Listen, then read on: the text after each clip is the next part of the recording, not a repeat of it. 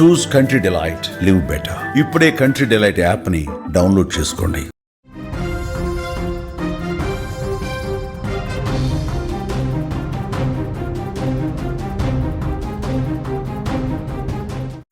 జూబ్లీహిల్స్ లో పోలింగ్ ప్రక్రియ షురూ అయింది. నవీన్ యాదవ్ ఓటు హక్కును వినియోగించుకున్నారు.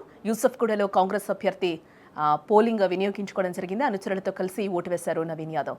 ఎన్నికల బరిలో 3 ప్రధాన పార్టీలు నిలిచాయి. ఈ నెల 14న ఉప ఎన్నిక ఫలితాలు కూడా వెలువడనున్నాయి. జూబ్లీహిల్స్ అసెంబ్లీ ఉప ఎన్నికల పోలింగ్ ప్రశాంతంగా అయితే కొనసాగుతోంది. ప్రస్తుతం ఈ రోజు ఉదయం సరిగ్గా 7 గంటలకు మొదలైన ఈ పోలింగ్ ప్రక్రియలో ప్రజలు ఉత్సాహంగా పాల్గొని తమ ఓటు హక్కును వినియోగించుకుంటూ ఉన్నారు. ఈ రోజు ఉదయం నుంచి ప్రధాన పార్టీల అభ్యర్థులు తమ ఓటు హక్కును వినియోగించుకోవడం మొదలుపెట్టారని చెప్పుకోవాలి. ముందుగా బీఆర్ఎస్ అభ్యర్థి మాగంటి సునీత తన కుటుంబ సభ్యులతో కలిసి ఎల్లారెడ్డిగూడలోని నవోదయ కాలనీలో ఉన్న పోలింగ్ బూత్కు వచ్చి ఓటు హక్కును వినియోగించుకున్నారు. తాజాగా కాంగ్రెస్ పార్టీ అభ్యర్థి నవీన్ యాదవ్ కూడా తన ఓటు హక్కును వినియోగించుకున్నారు. నవీన్ యాదవ్ యూసఫ్ కూడా ప్రభుత్వ పాఠశాలలో ఉన్న పోలింగ్ బూత్లో ఓటు వేయడం జరిగింది. ఆయన తన అనుచరులతో కలిసి పోలింగ్ కేంద్రానికి వచ్చి తమ బాధ్యతను నిర్వర్తించారు. మరోవైపు నేడు పోలింగ్ జరుగుతున్న నేపథ్యంలో ఎలాంటి అవాంఛనీయ సంఘటనలు జరగకుండా అధికారులు కట్టుదిట్టమైన భద్రతను అక్కడ ఏర్పాటు చేసి 144 సెక్షన్ ని కూడా అమలు చేస్తూ ఉన్నారు. ముఖ్యంగా కాంగ్రెస్, బీఆర్ఎస్, బీజేపీ పార్టీల మధ్య గట్టి పోటీ నెలకొందని కూడా చెప్పుకోవచ్చు. అందుకే ఈ ఫలితాలపై సర్వత్రా ఆసక్తి నెలకొంది. మరి ప్రజా తీర్పు ఏంటనేది తెలుసుకోవాలంటే ఈ నెల 14వ తేదీ వరకు కూడా అందరం వేచి చూడక తప్పదు.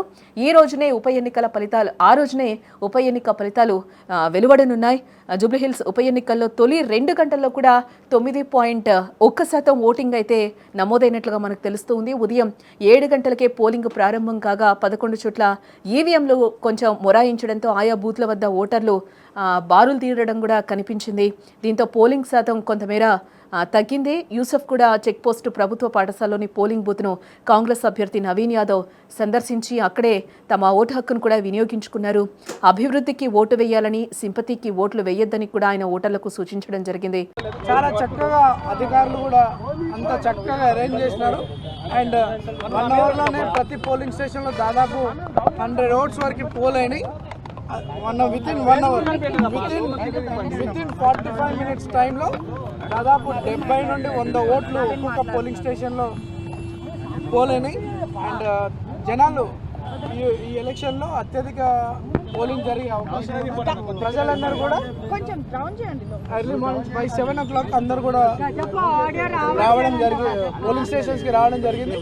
మంచి ఓటింగ్ పర్సెంటేజ్ ఎలక్షన్ లో పెరిగే చాలా చక్కటి ఇప్పుడు చూస్తున్నటువంటి పరిస్థితి చూస్తే 70%, 60 to 70% పోలింగ్ జరిగే అవకాశం ఉంది. ఎందుకంటే నేను ఇప్పుడు అన్ని దాదాపు 5-6 పోలింగ్ స్టేషన్స్కి వెళ్తే 70 votes, 60 votes within 40 minutes. Venkatagiri స్కూల్లో for your future, vote for your constituency development, not for sympathy, not for sentiment. ఇది మన ఎన్నిక కాబట్టి చాలా తెలివిగా జాగ్రత్తగా ఓటు వినియోగించుకోవాలని నేను యూత్కి అప్పీల్ చేస్తాను.